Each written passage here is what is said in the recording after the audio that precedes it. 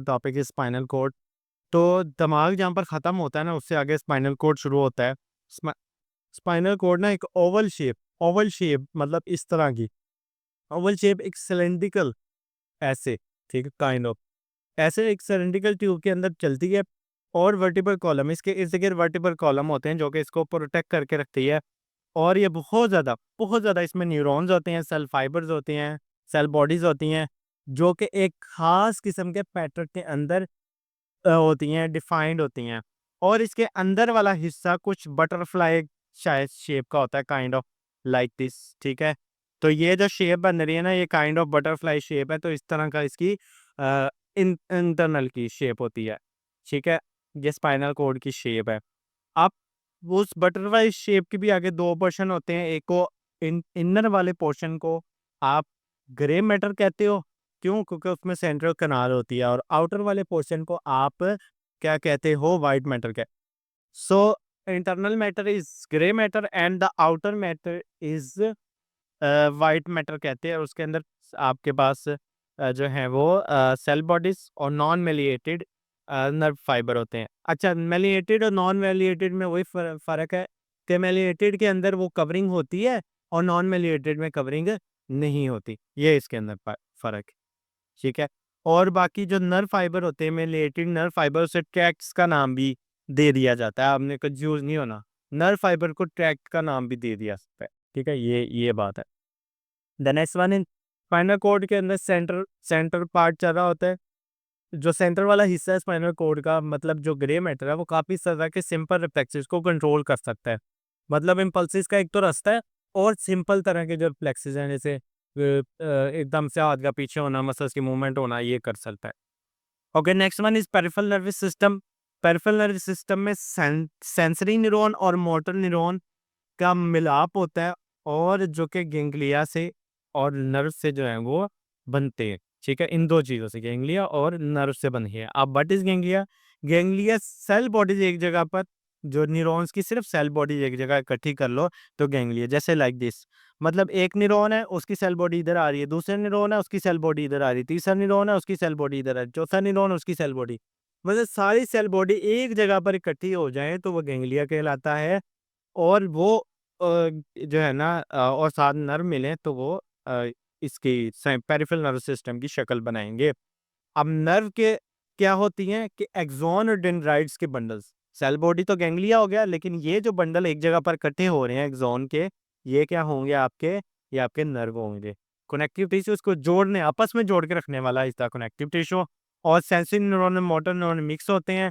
वो कहता है जो स्पाइनल नर्व्स होती हैं इससे 12 पेयर्स निकलती हैं। 12 पेयर मतलब 24 होंगी। इसको सॉरी स्पाइनल नहीं कहते हो, बल्कि सेरिबल या क्रैनियल नर्व कहते हो। थोड़ा उल्टा हो गया। सेरिब्रल एंड क्रैनियल नर्व के अंदर 12 पेयर होती हैं, मतलब 12 पेयर, टोटल 24 हो जाएंगी। और जो स्पाइनल नर्व है, स्पाइनल कॉर्ड से निकलती है, उसके अंदर कितने होते हैं? 31 पेयर होते हैं। लाइक 31 31 62 हो जाएंगे टोटल, ठीक है। अच्छा, अब जो स्पाइनल की है वो नर्व्स सेंसरी भी हो सकती है, मोटर भी हो सकती है, और मिक्स भी हो सकती है, मतलब दोनों का मिलाप भी हो सकता है। लेकिन जो स्पाइनल से निकलने वाली है वो या तो सेंसरी होगी, मोटर होगी, मिक्स वाला नहीं कैटेगरी इसमें। ये थोड़े से डिफरेंस याद रखना, ये रट्टा मारने वाली चीज है। और यही मोटर न्यूरॉन आगे सोमैटिक नर्वस सिस्टम बनाता है, जो कि वॉलेंटरी मूवमेंट को कंट्रोल करता है। ये हमने शुरू में पढ़ा था। सोमैटिक नर्वस सिस्टम वो सिस्टम होता है जिसमें वॉलेंटरी एक्शन कंट्रोल होते हैं, like your hand movement, your arm movement, etcetera etcetera. आगे जो है ना, एक होता है autonomic nervous system. Autonomic nervous system आपके ऑटोमेटिक खुद ब खुद होने वाले मामलात को डील करता है, लाइक आपका स्मूथ मसल्स, कार्डिक मसल्स, और ये वो वाले मसल्स हैं जो कि ऑटोमेटिकली वर्क करते हैं। The next one is autonomic nervous system, वो हो गया। उसके अंदर फर्दर दो category, sympathetic nervous system and parasympathetic nervous system. Sympathetic nervous system के अंदर गैंग्लियन फाइबर्स होते हैं, जिसका काम होता है कि फौरन से एक्शन, इमरजेंसी सिचुएशन को हैंडल करना। वो कहता है कि सिंपैथिक नर्वस सिस्टम जो है वो मिडिल पोर्शन, स्पाइनल कॉर्ड के दरमियान वाले हिस्से से निकलता है और गैंग्लिया में टर्मिनेट खत्म होता है। स्पाइनल कॉर्ड के दरमियान वाले हिस्से से निकलता है और गैंग्लिया में टर्मिनेट खत्म हो जाता है। और ये कोड के तकरीबन जो स्पाइनल कॉर्ड है ना, उसके पास होता है। अच्छा, ये इसका काम है इमरजेंसी सिचुएशन को हैंडल करना। जो फाइट और फ्लाइट, जैसे फाइट और फ्लाइट रिस्पॉन्स है उसको करना। वो क्या होता है कि वो एकदम से कोई चीज़ हो जाए, ठीक है? एकदम से कोई चीज़ आ जाए ऐसे, तो क्या होगा, आपकी बॉडी एक रिएक्शन करेगी। आपकी बॉडी आपकी जब वो आँखें खुल जाएँगी, हार्ट बीट तेज़ हो जाएगी, धक, धक, धक, धक, डाइजेशन जो है वो फ़ास्ट हो जाएगी, तो ये सिम्पैथिक नर्वस सिस्टम। फिर उसको नॉर्मलाइज़ करने वाला भी कोई होना चाहिए जो कि पैरासिम्पैथिक नर्वस सिस्टम हो। कहते हैं फ्यू cranial, कुछ cranial नर्व और कुछ वेगस नर्व।